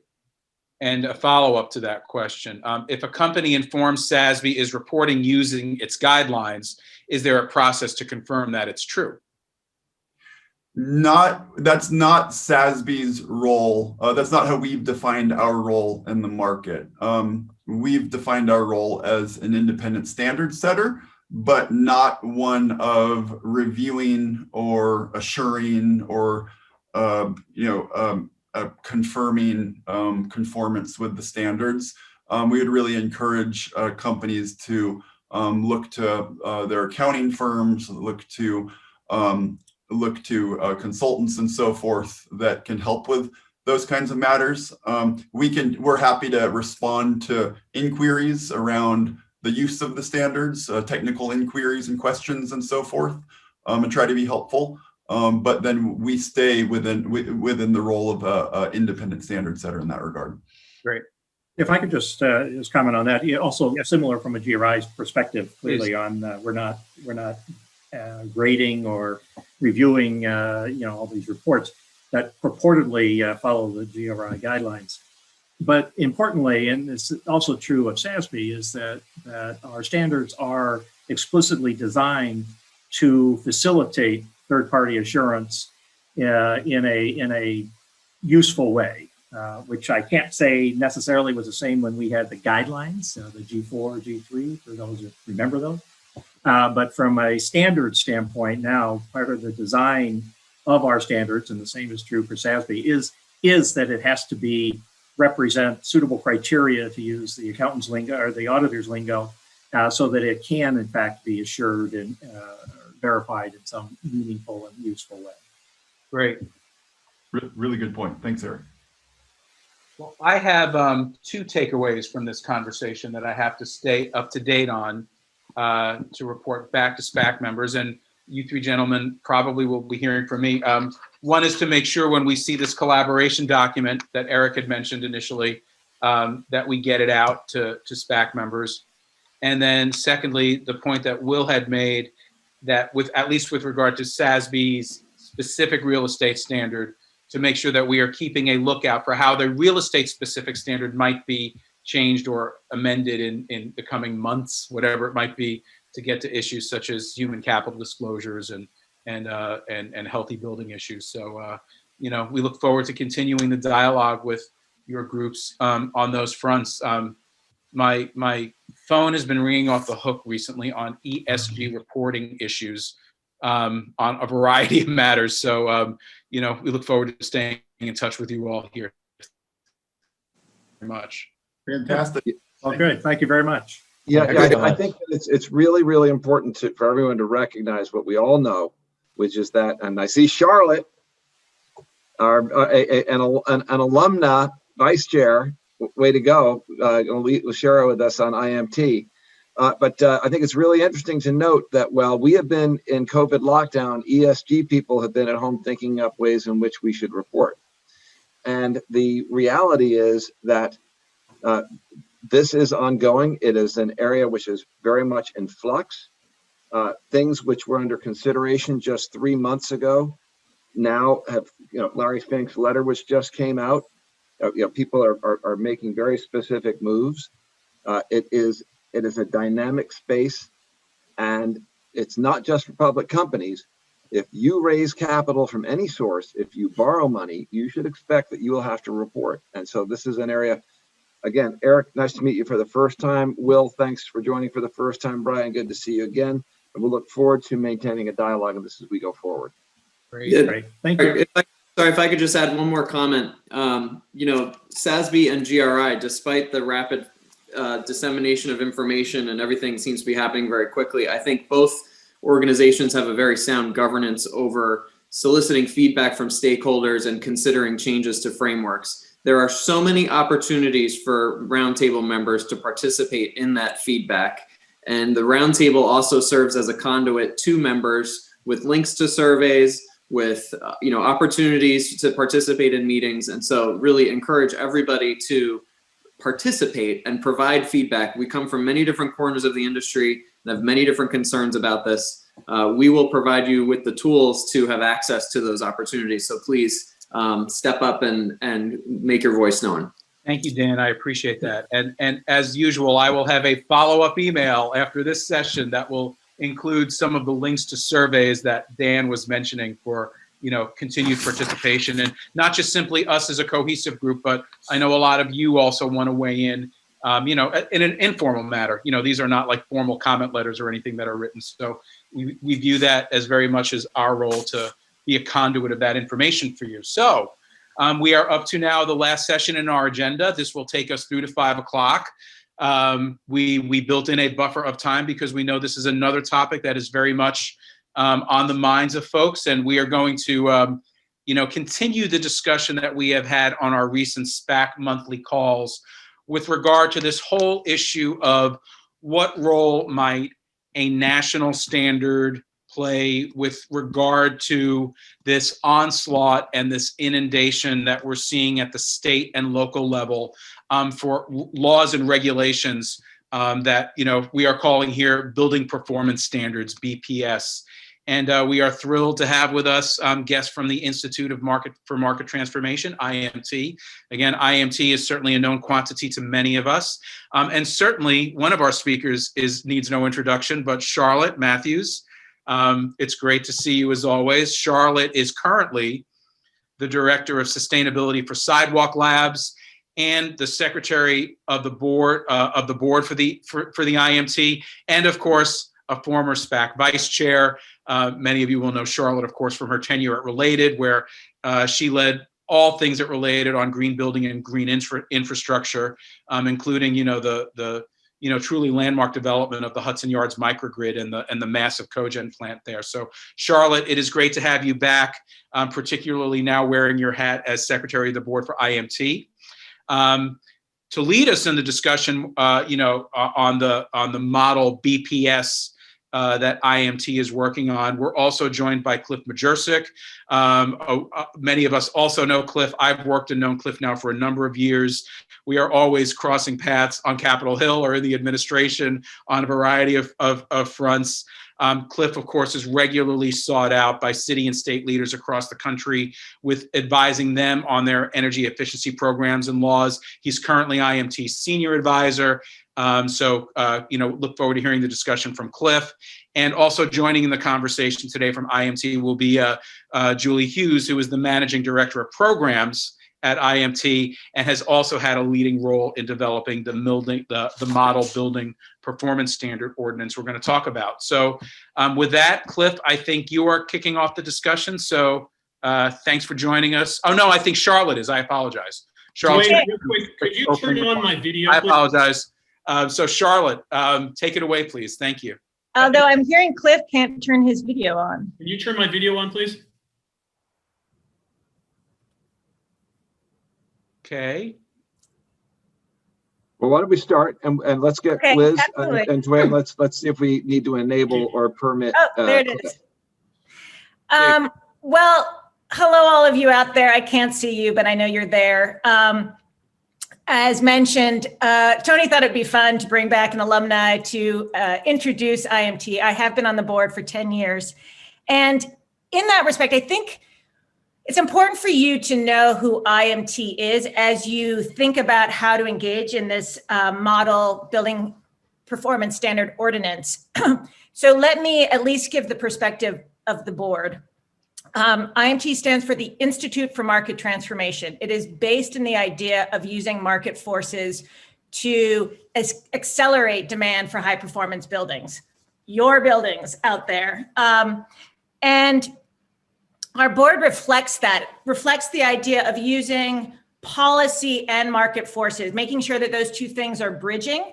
So we have 9 people on the board. Half have experience in building science, advising policymakers, actually were sustainability or energy leaders in cities. And then the other half, we have 2 current developers, Jonathan Arnold in Kansas City, from Kansas City, who apparently is knocked related off as building the largest passive house, multifamily. Carlton Brown, who I hope those of you from New York know, a real leader in community development and green building. His first, best known in Harlem. And where I live right now, as you can see, most of the apartment behind me. And then also we have me, who came out of real estate, is now in technology working on this problem, as well as someone who used to be with Yardi. Those of you who are in the residential energy management space will be very familiar with Yardi. And he is now with, Breakthrough Energy Ventures, right? The multi-billion-dollar venture fund put together by Bill Gates and others. So we have a board that really reflects who IMT is. I would also like to say that 30% of the board, so 3 members, are of color. And that really reflects an early sensibility, about 400 years too late, but certainly for our industry, which I hope to God is finally getting engaged in the equity issue and the terrible lack of it that we've had. But IMT certainly taught me a lot in recognizing that the energy efficiency world has been about sort of progressive white and identifying the priorities of a few, and have been really trying to get into the community and the community needs. And you will see that sort of attempt. I think all of us are struggling to understand how to bring equity into our work. And I don't think IMT has got the silver bullet on that, but it's definitely part of what it's front of mind in doing good policy that doesn't negatively impact large swaths of our community. So on this ordinance, I just want to sort of reiterate before I pass it off to Julie first, that IMT is in the business of policy, particularly on this topic now. In the past, it has been very supportive of all of the volunteer programs and green lease leaders, many of whom you probably are. But on this particular issue of radical climate action, I have certainly reached the point, and I think many of you will have, that we need policy. All of you out there are probably representing companies that are leaders in the voluntary, greening your building space, but it's a very big industry and there's a very big group that are not following your lead. So that is why on this particular issue, they are going in hard with this policy. But that said, as Julia will speak to, they are not an advocate that is pushing policy. They are trying to inform policy efforts that are ongoing. So with that, let me pass it to Julie. Thanks, Charlotte. So yeah, really nice to be here. Thank you, Dwayne, Tony, and Dan for having us. I'm Julie Hughes. As Dwayne said, I'm the Managing Director for Programs at IMT. I've been at IMT for about 6 years, and prior to that was working in that lovely building that Tony mentioned. Not aesthetically pleasing, but lots of wonderful work going on inside the U.S. Department of Energy. And before that, I was in New York in the Bloomberg administration, where I was the Chief of Staff for Energy Policy as we were developing Plan YC and the city's inaugural building performance laws. So I came to IMT because I wanted to work on climate issues in a way that leveraged policy, but very actively engaged business. And I saw a lot of one-sided conversations happening through my years before that. So that desire to engage the real estate community and then to really listen to what they have to say is what makes IMT different, in my experience, from other advocacy organizations that you might be more familiar with. If you can go to the next slide. Thank you. So the first point on this slide, I think, is maybe best illustrated with a story. So early in my days at IMT, I was directing the City Energy Project, and I was meeting with BOMA International's then lead lobbyist. And it became clear to me through that conversation that there was a misperception of IMT as an organization that was knocking on mayor's doors, unsolicited, and pushing policies. And that's not the way that we work. So rather, we do support cities that are developing ambitious policy in the hopes that they build the best policies possible. And by that, we mean policies that achieve deep energy savings, but also do that in a way that's informed by business priorities and constraints. And as we work with these cities, dozens across the country, we see also a huge opportunity for national harmonization of some of these policies so that they're easier for real estate owners with portfolios that span many states and cities to comply with. So like Charlotte said, we do believe that policy is necessary to fix the climate crisis we're faced with. We've worked on voluntary programs for a long time too, and are just seeing that the change that needs to happen isn't getting there through those actions alone. But we do believe that policies that will get the most done are the ones that the policies that were built with strong business community input. So that's why we're here, to start and engage in a conversation and to share some specific thoughts on what we feel a strong building performance standard could look like based on experience with the few policies that have been passed. I'm going to turn it over to Cliff Majurzik to give you some of those details. Thank you, Julie, and thank you to SPAC and Dan and Tony and Dwayne for inviting me to present again. So I see many friends on the participant list, and this all started because more than a dozen cities and states came to IMT and let us know that they are developing building performance standards, and they asked for our help. And as Julie just referenced, and as Tony referenced at the top of the meeting, we want to see harmonization of policies across jurisdictions. We know that many of you have buildings in multiple jurisdictions, and it's going to be a lot easier for you to comply if there's harmonization. We also want to make sure that we're learning the lessons from the policies that have already been adopted, the good, the bad, and the ugly, to develop building performance standards that are practical, that can work with on-the-ground realities. And we need to bridge the gap between government aspirations and business realities. So we thought that IMT, given what you just heard, was the perfect group to do that. And certainly our model benchmarking ordinance is very widely used in the market. And so folks look to us. So we decided to develop a model building performance standard ordinance, working with stakeholders, including building owners, to create something that works for everyone.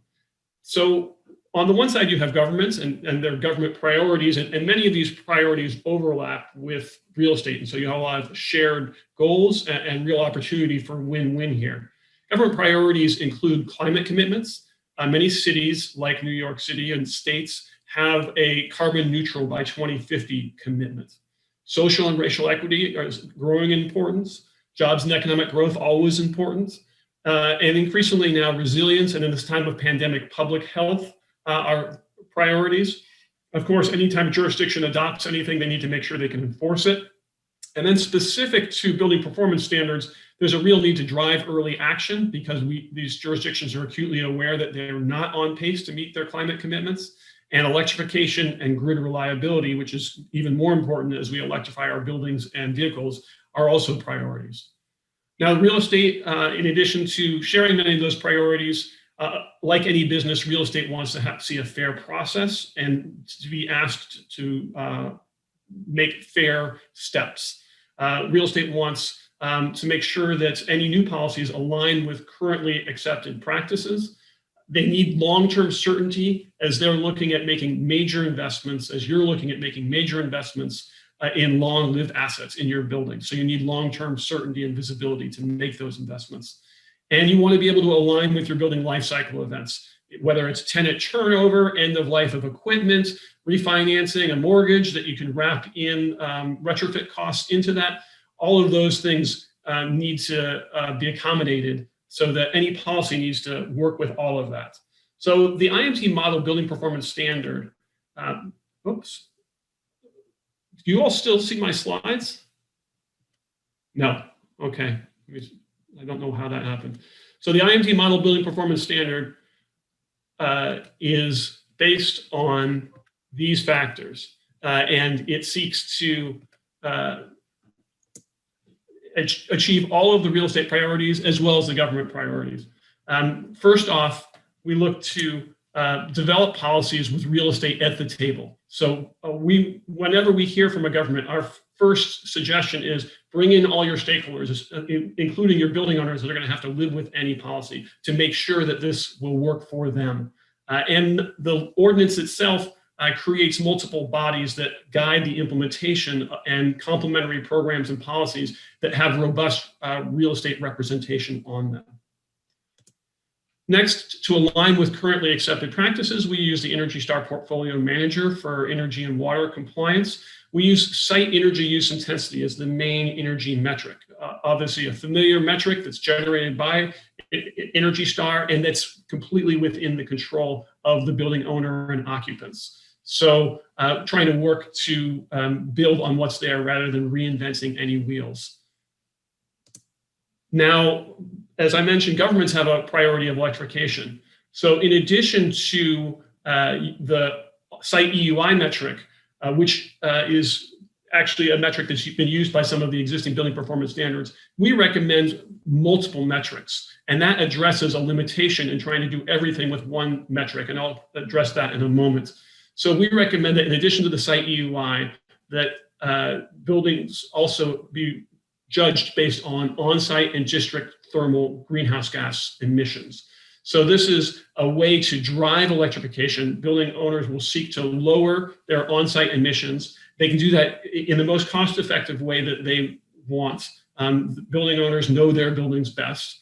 And so they can do that by making changes in their buildings or by connecting to a decarbonized district thermal energy system, a heat loop, heat cooling loop, that sort of thing. Now, the trajectory approach addresses three different real estate priorities. It provides a fair process and fair requirements for each building, equitably sharing the level of effort asked of buildings across the jurisdiction. It provides long-term visibility and certainty to aid in long-term investments, and it allows the flexibility to align with building life cycle events. And I'll outline that now. So this is an example of the trajectory approach. In this, building energy use is the vertical axis. So as you go down, you're lowering your site EUI, which is of course the goal. And that's why you see these lines moving down to the right. That's just one example, though. This same metric, the same process could be used for multiple metrics, including on-site greenhouse gas emissions. The horizontal axis is time, and we recommend that the first step be to set a final performance standard for each building type. And a jurisdiction could use the Energy Star building types, as other building performance standards have, and set one standard for offices, one standard for multifamily, et cetera. So the first step is to set that standard based on economics, based on the current conditions, including current building performance, based on building science, and importantly, based on the jurisdiction's climate commitments. Then once that standard has been set, every building of each building type needs to meet that standard by that year, which we're talking 30 or more years out. And to drive early action, we have interim performance standards. So every 5 years, and we've chosen 5 years to align with typical real estate capital planning cycles. Every 5 years, each building has its own interim performance standard. But this is not a one-size-fits-all approach. This is meeting buildings where they are. So we look at how a building is performing today in the baseline year, and we draw a straight line from its current performance to the final standard performance 30 years out. And where that line intersects every 5 years, we set interim performance standards. In this way, we more equitably share the level of effort across buildings. So in this example, building A uses the most energy in the beginning. It's required to improve at the fastest rate, but in absolute terms, it's permitted to use more energy than the other buildings at every interim standard. Now, in this example, there are just 3 buildings for simplicity's sake, but in fact, you would have a different line for every building, depending on its initial baseline performance. Now, that's possible and can be transparent and entirely objective because it's all automatically generated by an algorithm, just drawing that straight line between baseline performance and final performance. So it's not inordinately complicated, and building owners will know from day one exactly what they'll be required to do 30 years out and every 5 years in between to aid in long-term planning. Now, there are a number of policy precedents. There are 4 building performance standards out there. And we know that many of you are familiar with New York City's Local Law 97.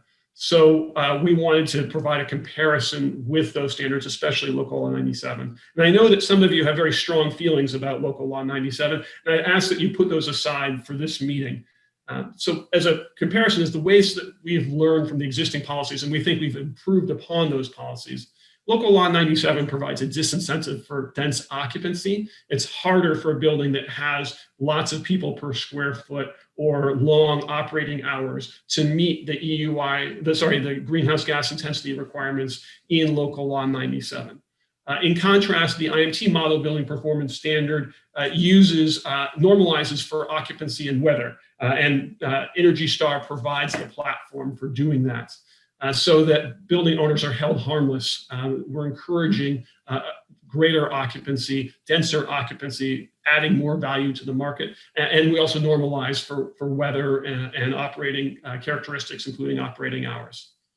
Again, Local Law 97 uses carbon metric, a single carbon metric, which is influenced by grid cleanliness. So as the grid decarbonizes, it becomes easier for a building to comply with Local Law 97, but that's outside the building owner's control. And building owners have to bear the uncertainty that comes from whether or not the grid will decarbonize on the schedule that people anticipate.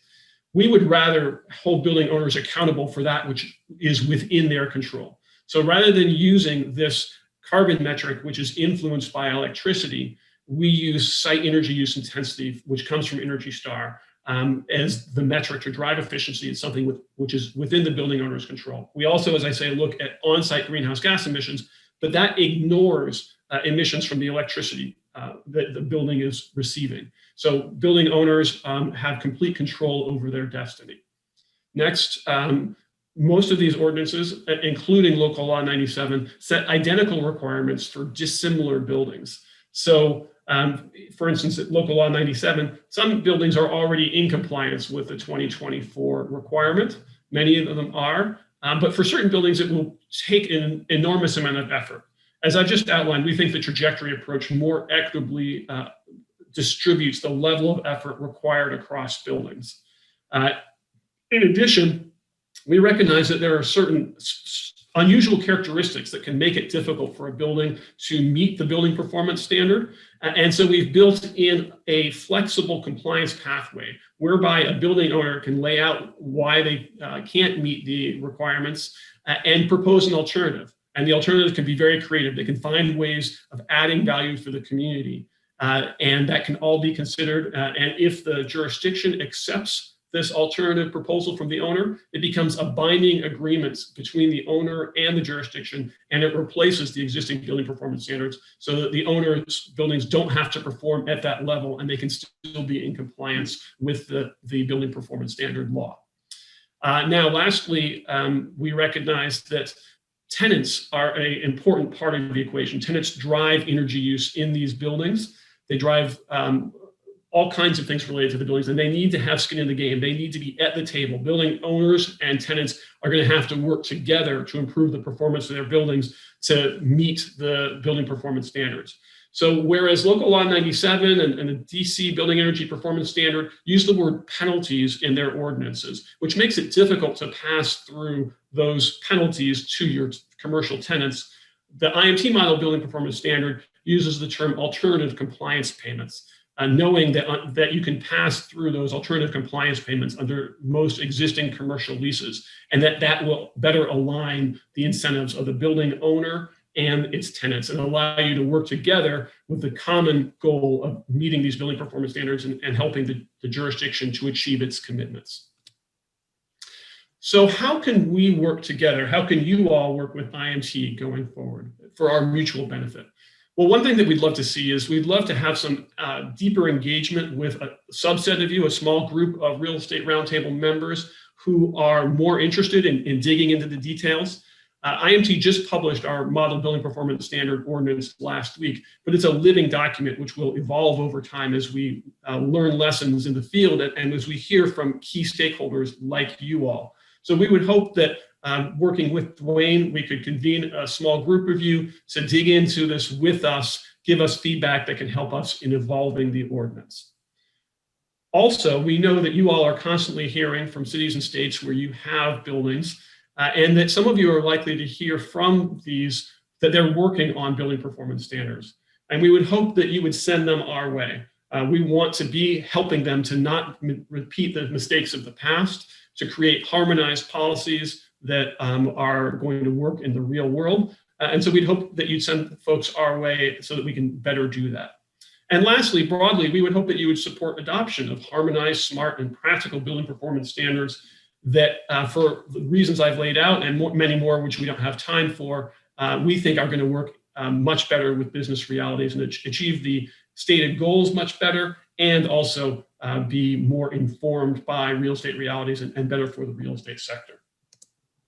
So with that, I want to thank all of you. Charlotte, Julie, and I are all happy to take your questions. I also want to let you know that the full Model Building Performance Standard ordinance, as well as a more detailed slide deck about it, a summary of it, and a host of other resources related to building performance standards can be found at that web address, www.imt.org/BPS. Thank you.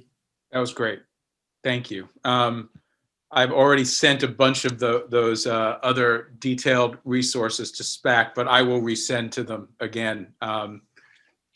That was a really good presentation. I have a question that I guess folks can, chat your questions into me. We have about 15 minutes left before the plug is pulled on our Zoom, so we have a little bit of extra time together. This was actually a question that I know that that myself and Dan engaged with the IM team on a prep call for this from Jessica at Nuveen. Does alternative compliance transfer with ownership? Yes. What we use to refer to this is a building performance action plan. So the building owner proposes a building performance action plan, and that building performance action plan, if it's accepted by the jurisdiction, becomes a binding agreement between the building owner and the jurisdiction, and it stays with that building. So if you sell the building, the new buyer is also subject to those requirements. Now, in certain circumstances, if you want to just improve the building so it can meet the existing building performance standards, I think you could remove the building performance action plan and it wouldn't need to pass over. But if the building needs help, needs continuing help to meet the standards, then that has to transfer with the building to the buyer. Okay. Just so I also just have a little bit of a sense to understand the process by which we might get involved, depending on Tony's perspective and Dan's perspective and our board's perspective. It's not like with some other NGO groups, there's not like a comment period where the ordinance is out there and by such and such a date, we should submit a letter to you, or is it that? No, we don't have a formal process like that, but we'd certainly love to begin the dialogue, to continue the dialogue as quickly as possible. I do want to credit, we've had conversations with a number of folks on this call over the last several months, and this certainly benefits greatly from what we've heard from the real estate sector about the existing building performance standards. But there isn't a formal process. We will change the model ordinance over time as conditions dictate. Great. Okay. But there is an opportunity, and this is the sidebar conversation I'll have to have with the SPAC leadership and others, that, maybe there is a task force of us, as we generally convene from time to time, to, roll up our sleeves and get into the weeds of the model ordinance and provide feedback to you. Yes. Okay. Great. Does anyone else have any other questions? I know we've been on the video for almost 2 hours at this point. With no bio break, so it's everyone here is obviously accustomed to road tripping, and we're not talking in a camper. So I would like to first of all thank you very much for the folks to IMT for your participation. I appreciate all of the comments made by everybody that you have there. I do think that it is very interesting with regard to the future conversation. We had folks from SASB, GRI, just to name just a prior group. We do have all sorts of folks who come in, and I think it's really important for us to have it'd be helpful for us to have some formalization of how we can engage, because I think that with that in mind, Charlotte, as you're aware, and we've really improved at this over time, we have helped out with our friends at the EPA. We have helped out with our friends in all different organizations to communicate what we are doing and what fits candidly within the Real Estate Roundtable's mandate. And just so you know, Cliff and Julie and Margaret, Charlotte's aware, we really have to focus on how we can look at our charter and our mandate, which is really legislation on a national level, work with regulatory agencies and departments on a national level. What we find and what is very appealing to us, and what we have used successfully and what we will work on in this next 2-year session of Congress and the new Biden administration, is how can we establish voluntary national standards such that cities and states, municipalities, counties apply them in their own desire to get to a good result. Those of us who are at work with Local Law 97, I'm on the Implementation Advisory Board. Dan is leading a work stream group within one of the working groups and very involved. Lots of people on this call are involved. We recognize that the issue is that states, counties, municipalities, cities who are left to their own devices can really be well-intentioned and muck things up terribly. So our goal is to learn, get good ideas, see what we can apply to help apprise you guys of what we see in our, as I like to say, in the room discussions with everything from EIA to DOE to EPA to FERC. I think we can take credit for the fact that Neil Chatterjee was fired as chairman of FERC based on the fact that we got him to take a meeting with us. And I think we're part of the motivation for the fact that he decided to do a hearing and take in comments on carbon trading and costs And we got in our comments just before, after he was fired, before they closed the window. So this is where I think we could have a really good dialogue. And so I'll leave this to Dwayne, Dan, for another comment you might like to make. And then I think just make sure that we don't have any more general questions from our participants today who've been with us all this time. Absolutely. I think this, Tony, really, you hit all the main points here. We're looking for consistent. Yeah. So no, thank you. I guess in that regard, we represent such a diverse set of markets, property types, different ownerships. I think we're all struggling, and I think there's sort of a common theme throughout the whole meeting, looking for clarity and consistency. So that, we're all well-intentioned here at SPAC.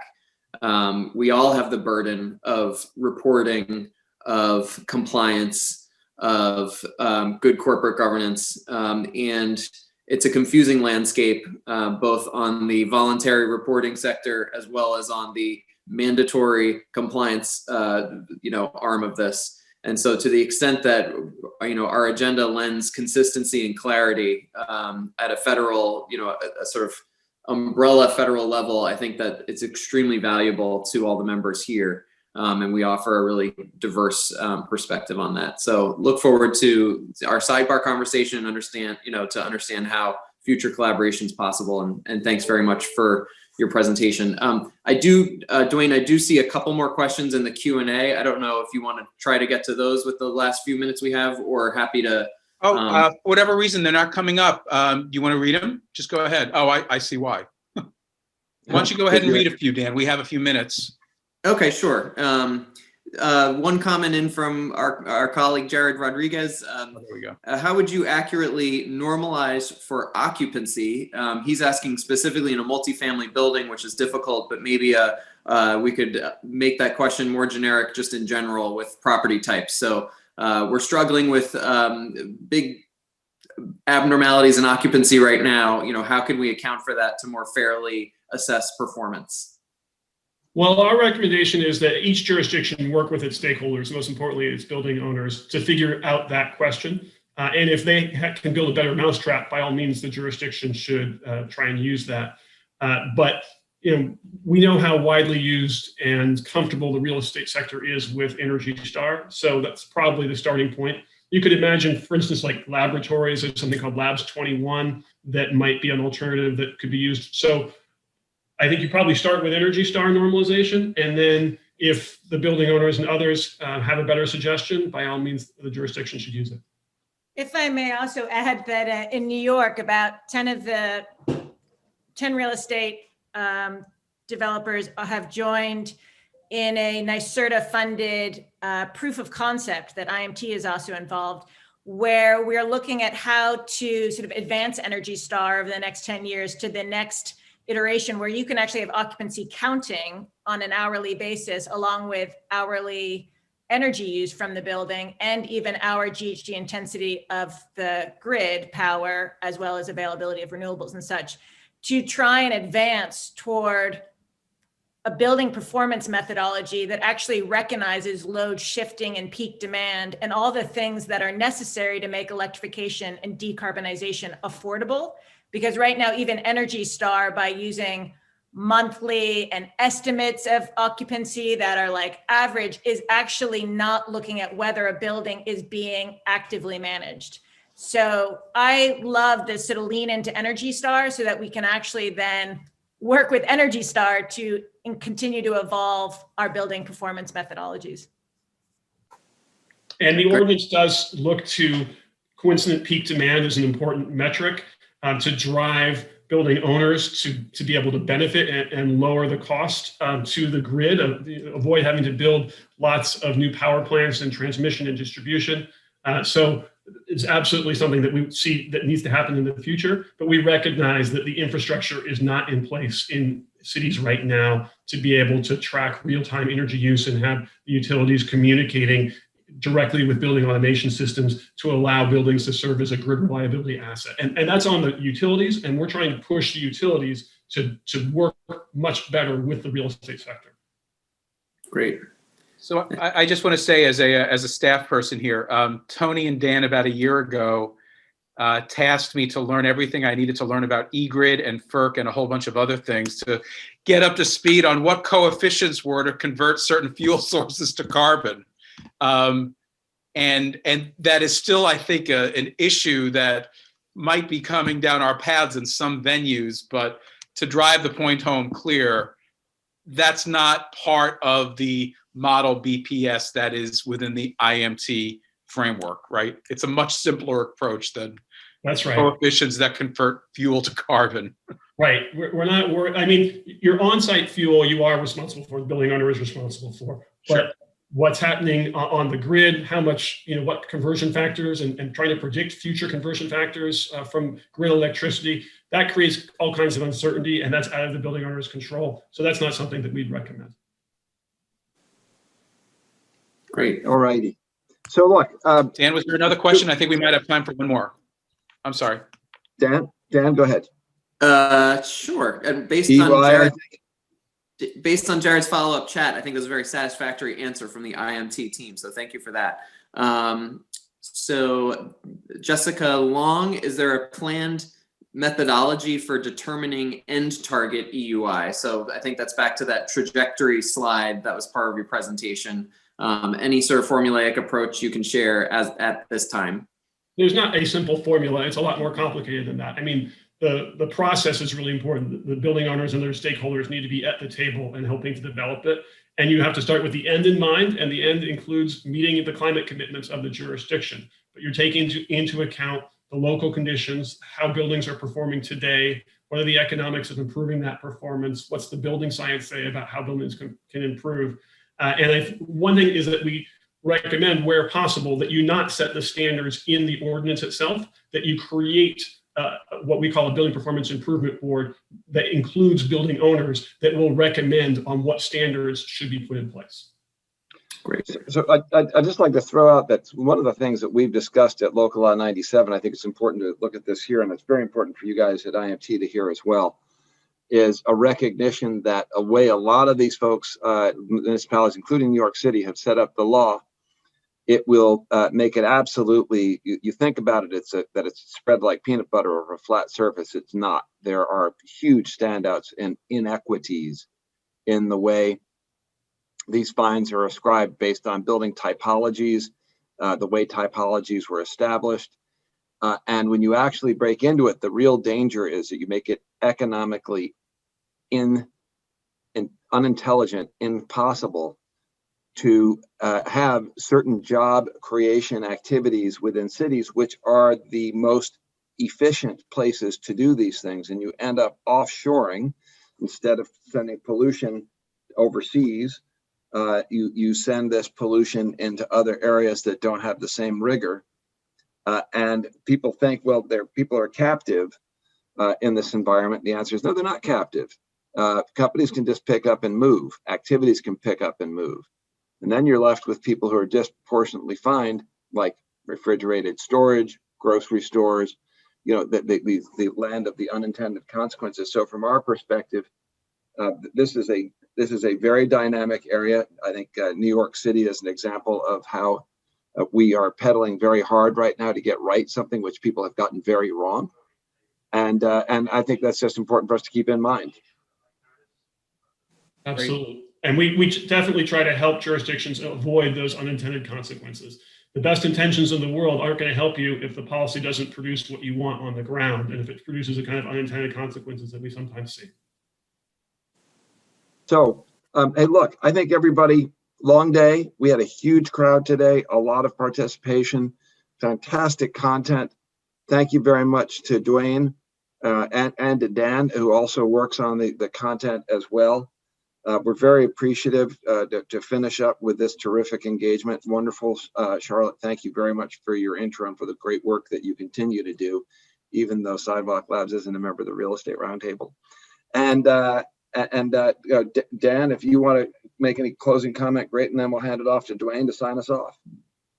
Thanks, Tony. Dwayne and everyone at the Real Estate Roundtable, thanks so much for providing us with a marathon event of completely valuable information, culminating with SPAC today. We greatly appreciate all the hard work and the extra challenges that virtual events present to everybody. And just thanks everyone who participated today. Please feel free to, reach out to me if you have follow-up questions. I see we do have some Q&A here that maybe we can field to the SASB and GRI team from earlier today to get you some answers, but really appreciate all of the feedback and input. And please, we're all available for follow-up, especially as we look ahead to our agenda in 2021. Great. Well, I'll just sign us off with just a quick note. The work never ends. So I'm assuming we'll have our next regularly scheduled monthly call a week from today, first Thursday, right? Yeah, well, a week from tomorrow. So you'll get your usual follow-up from this meeting, and we'll set the agenda for next week's call, which I would imagine will mostly kind of go over some of the items we need to do here and how you all want me to best follow up. I know I'll be communicating with Tony and Dan in the interim. And I just, earlier today, the Biden administration came out with a whole bunch of climate executive orders. So I might take tonight off and read those tomorrow, but I'm sure those will be a topic of conversation next week. So thank you all for participating. And Tony and Dan, thank you as always, seriously, for your leadership. I get a lot of great direction from you both, and it makes my job challenging, but also easier to know what path to pursue. So thank you. Dwayne, thank you. All righty. All best, everybody. Take care, everyone. Bye-bye.